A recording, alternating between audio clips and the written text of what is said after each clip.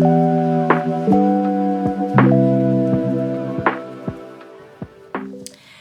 Planner friends, my name's Alicia and today I'm here with my Hobonichi HON in the A5 size and a lovely cup of tea with my kitty head coaster to discuss with you guys how I use my Hobonichi HON. So I saw a comment in my last video asking about how I used my HON, and I thought it would be really fun to show you guys given that my last video was a haul, so that way you guys get like a good idea of how I use my Hobonichi stuff, and if it's something that you like, definitely subscribe and stick around for more content from me. So this is my HON. I have been using an A5 Hobonichi cousin. I guess I specified the size and cousin because the HON is not technically called the cousin, it's an A5 HON, but the interior is the same as the cousin, so I never know like how to refer to it. But this is her. I've been using this style of planner for the last 3 years. I've used an Avec, a regular cousin, and the HON, and I feel like I've finally found my groove and I've finally found the style of how to use it that works really well for me. I will preface this by saying that this is not a functional planner for me at all. This is purely for memory keeping. So if that's not something that's interesting to you, this video probably wouldn't be for you. But if you are interested in seeing how I use my HON, definitely stick around. So yeah, this is fully for memory keeping, and I think that's part of why I love the HON so much. I love the covers, and I love the idea that every year you pick a cover that really speaks to you, and then that way, you know, kind of when you flip back and look at them in years to come, you kind of see like who you were as a person that year just from the cover alone. I don't know, to me that feels kind of special. So yeah, for this year I picked this one. It's the Yamazakura design by Tomotaru Makino, and I absolutely love the Tomotaru Makino illustrations, so this one just felt perfect for me. On the back I do also have this cute journaling card from the Coffee Monsters Co. which says work in progress. I really love it. It just felt like the message that I needed to give myself for this year. Alright, so we're going to open her up, and the first thing that you will see is normally it looks like this. I do normally have a plastic cover on this HON. It's just the A5 HON cover that you can buy from Hobonichi, but I removed it for the sake of this video so the reflection isn't as bad as it was in my last one. But yeah, so normally this is tucked into that pocket. And I've just got 2 journaling cards here from the Coffee Monsters Co. I keep this one in the front because I love the aesthetic of it, and then this one's behind it because I filled out the bean card and I didn't want to lose it. So that normally stays in there.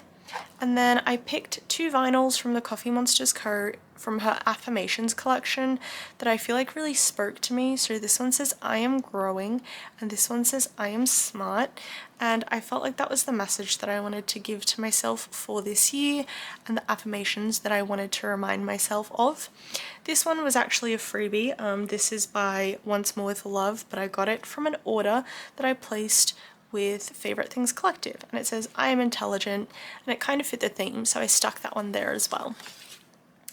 Alright, so at the very front here we've got a cute little pet tape sticker, and then these sticky notes I stole from my boyfriend.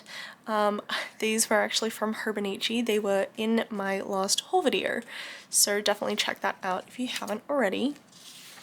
And then on this page I printed and cut this from the Coffee Monsters Co. These are freebies in her Facebook group, and I just thought it was really pretty.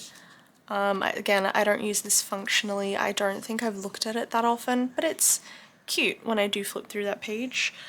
Like once. I don't know. I love the aesthetic, so I like having that there. This I haven't used yet, but my plan is once I finish journaling for the whole year, I'm going to go in and fill in the titles of the journaling spreads I did for each of these days, so that if I need to cross-reference or in the future, like when I'm, you know, kind of flipping through and rereading, I can see if there are specific entries that call to me, and then that way I can flip directly to that page. Alright, so next we come onto the monthly pages, and this is how my monthly spreads typically look. So I use the Coffee Monster Co. monthly kits. This is the only kit that I buy and the only kit that I use in my planner. I just think they're really stunning, and it's more economical to just do monthly kits than to do weekly kits as well. I also just have such an extensive stationery collection because I've been in the planner community since 2014, so I've accumulated a lot of stuff and I'm really just trying to use it all and try and buy less.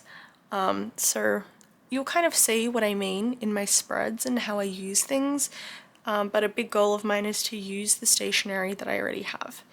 So anyway, how I use the monthly spread is I basically pick 1 or 2 big events that I either want to remember or that happened that day, or like one happy memory from the day, and I will jot it down in the monthly spread. And I just think it's a really nice like month at a glance to see what happened, or like, you know, the highlights, I suppose. So I do this every single month. I normally do it at the end of the month. I don't normally do it every single week. And it's also just a really fun way to reflect on the month once it's passed. And I don't know, I love these spreads. I think they're stunning, and I'm very excited about 2025 because the Slice of Life collection that Helen's done is stunning. So yeah, I'm definitely excited to bring this into my next planner. Okay, so I've tabbed a few different pages that I'm comfortable showing you. I really don't want to show this entire planner in extensive detail just because it is my personal journal, so a lot of the things in here are personal. But again, I've tabbed some pages that I'm comfortable sharing, and I feel like that'll give you a good idea of how I use this planner. So this is how I use the weekly spreads. I always use a Coffee Monsters Co. washi tape across the top. I use a different one every single week because, again, I've accumulated so many and I want to try and use all of them. And then, yeah, I'll mark in like when I have work, and I'll just basically journal about the day, and if I have a sticker to use, I will use it. This is heavily inspired by the Erin Condren style of planning that was super popular in like 2016, 2017. And a lot of these character stickers that I'm using are stickers that I bought during that period of time. So again, once I use them up, I don't intend to buy more, and I haven't bought any character stickers for a very long time.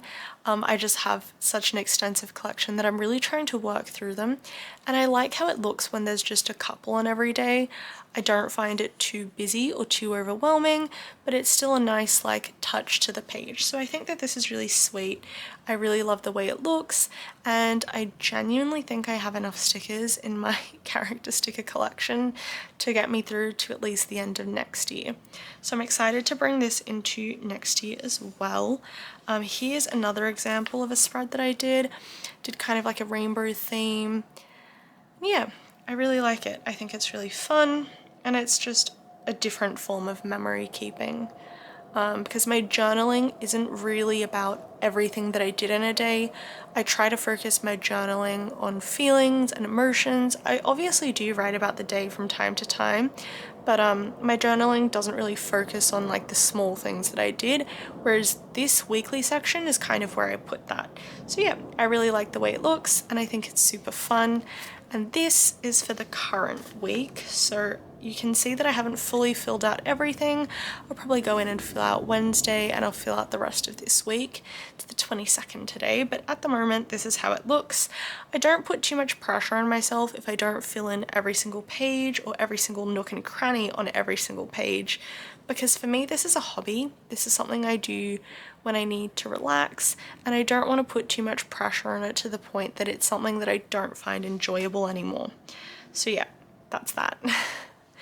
Alright, so now for daily pages, I will show you some different variations of my daily pages that I do have.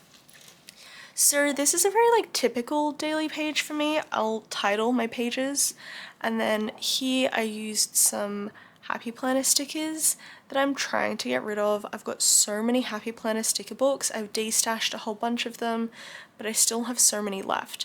So I pick and choose some of my favorites, and I'm trying to work through those. So that's what you see here, and then here we've got some Coffee Monsters Co. washi tape. And yeah, this is just a more traditional journaling style and an example of a very normal spread for me. Then here is an example of a very different kind of spread. This is the kind of spread that I'll do when I don't really feel like journaling, but there's a lot on my mind or I have a new hyperfixation. So you can see here I wrote all about my makeup collection. So I wrote pretty much all of the products that I owned at the time because I was going through my makeup hyperfixation. I bought a bunch of new makeup and I decluttered a bunch of new makeup. So that was really fun, and that's an example of how you can use your page if you don't really feel like journaling. And then on this page I actually used some stickers that came with an eyeshadow palette that I bought, and I thought that was really fun as well. So that's another example, and you'll see that here in this side that's kind of blocked off, I like to use a colored fountain pen ink, and I kind of use it to jot down something that's similar to what my main journal paragraph is, but different. So here, how I wrote about my collection, this I basically wrote about things that I didn't include and why, and then here I wrote a haul of things that I bought this day, which I thought was really fun. And yeah, I think that using this section separately from the main body is something that I enjoy doing because I like using different fountain pen ink colors, but I like using black for my main journaling. So I think that's a fun way to do it, and I just like separating the page like this. Alright, so another example of a spread that I've got is this one. You can see here I've got a blank page. I did decorate it, but I never ended up writing, and that's again completely fine with me. You don't have to write in your journal every single day if you don't want to. Don't feel bad about it. It's meant to be a fun hobby, not stressful. So I'm gonna leave that. I'm not gonna come back to it. But on this side, what I wanted to mention was my boyfriend and I played a drinking game while watching Harry Potter and the Half-Blood Prince, so I thought that was really fun, and I jotted down the rules that we used, and again, it's just something different, something that I think would be fun to look back on 10 years from now. So that's another example. And then here, again, another example of pages that I didn't finish writing in. Wow, I'm showing you guys so many empty pages. You probably think that most of my journal's blank. I promise you it's not. Again, I just don't really want to share too much from this because it is my personal journal, but also these pages had fun things that I did want to share. So for example here, I reviewed Across the Spider-Verse because we watched it, and then here I reviewed a book, Not in Love by Ali Hazelwood, so I've print and cut my own little star rating stickers and I've gone ahead and rated them. For films or TV shows, I'll always do a film strip and write the title inside, and I love doing that because it makes it so much easier when I'm flipping through my journal to pinpoint movies and TV shows, because sometimes that's what I'm looking for. So I think that's really fun. I'm going to continue to do that, and I love writing my book reviews on the side as well. Alright, so the last example of a page that I'm going to share is here. Here again, more Happy Planner stickers, and these few days I really just wasn't in the mood to journal, so conveniently enough, this day, my Coffee Monsters Co. pre-order washi arrived, and I swatched it all out on this page. It fit really perfectly, and I just thought that was a fun way to use the page, and I really like looking back on it because it's so bright and colourful. And yeah, so those are a few different examples of how you can use pages in your Hobonichi cousin, and that is how I use mine. I did also want to show the bulk. So you can kind of see from my planning style, I don't use the most amount of stickers. which means that I don't have too much bulk in my planner. This is how it looks from the top.